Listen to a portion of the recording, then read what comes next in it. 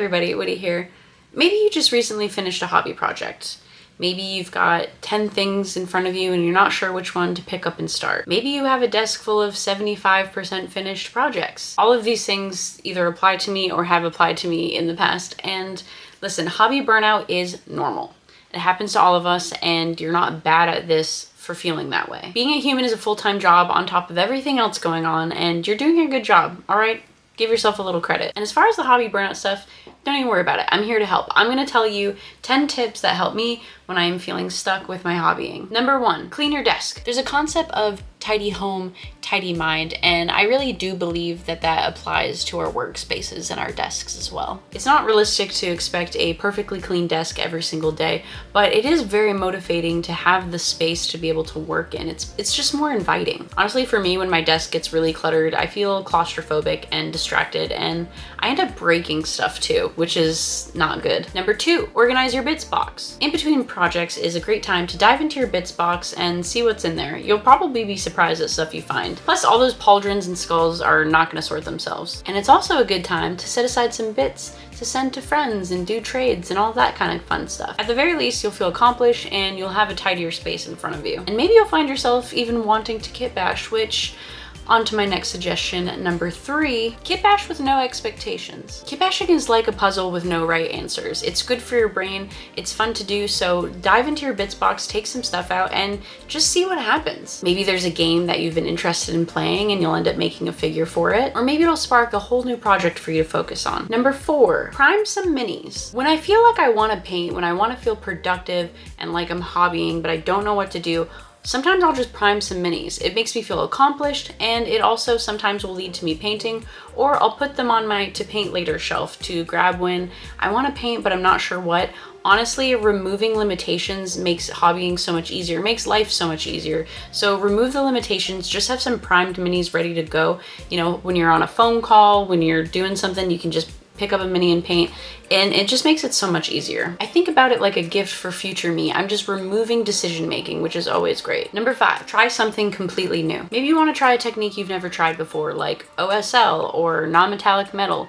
Maybe you want to try a new medium. Maybe you want to pick up oil painting.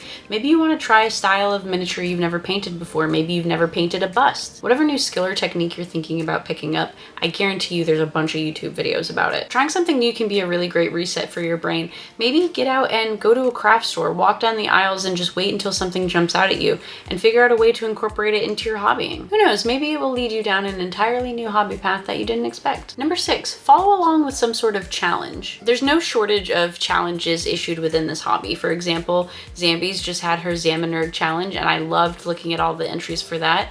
And there's always things like the In Rust We Trust Secret Santa going on, you know, Monster Bash, things like that. Things that will provide you with some limitations, but in a good way. Sometimes limitations can be freeing when it comes to hobbying. They can give you, okay, so here are the parameters to work within, and it sets you a guideline rather than being like, oh, I have the whole hobby world in front of me. I gotta come up with something out of thin air. No.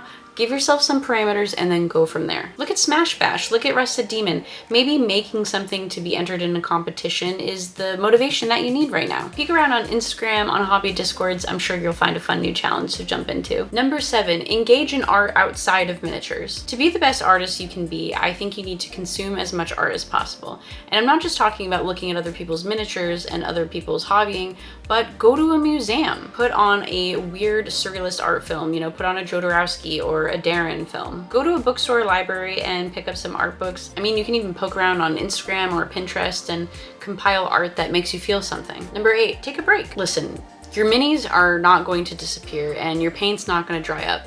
Unless you don't tighten your caps, then your paint will dry up, and that sucks. Don't do that. The only person putting pressure on you to paint right now is you. And if you're feeling hobby burnout, that's not going to encourage you. That's not going to help you. And it's okay to take a step back and do something else, to focus on other aspects of your life, to focus on other things that make you feel good and bring you joy. And it's 100% valid. Your miniatures will be there. Number 9, remember that this is a community. Go to your local game store. Watch some of your favorite painters on Twitch and YouTube. Look at upcoming hobby conventions, or organize a paint jam in real life or on a platform like Discord. Sometimes this hobby can feel really insular when you're curled up at your desk alone, But you have to remember that while you're doing that, there's so many other people doing the exact same thing, and those people experience hobby burnout too. So reach out to them. It doesn't have to be about miniatures, but know that those people are there for you. And number 10, and maybe most important of all, is be kind to yourself.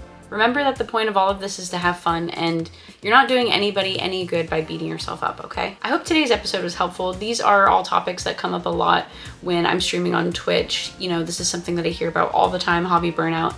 And we end up talking a lot about ways to combat it. So I thought this might be helpful to put all of the thoughts that I have about it into one video. So if it resonated with you at all, you know, let me know in the comments down below, or if you have any hobby burnout tips, I'd love to hear them so I can, you know, help continue passing them along. And yeah, I appreciate you guys so much. Thank you so much for hanging out with me today. And if you're feeling stuck, don't forget, this is temporary, you're not alone, and I'm proud of you, all right? All right, I'm gonna go take my own advice, because I swear I tidied this desk like 3 days ago, and it is somehow crazy again, and I'm gonna take care of that. But in the meantime, don't forget that you are currently making the world a better place just by being you. It's like your superpower. So keep doing that. Bye, guys. Hey, Witty. I'm Witty. What?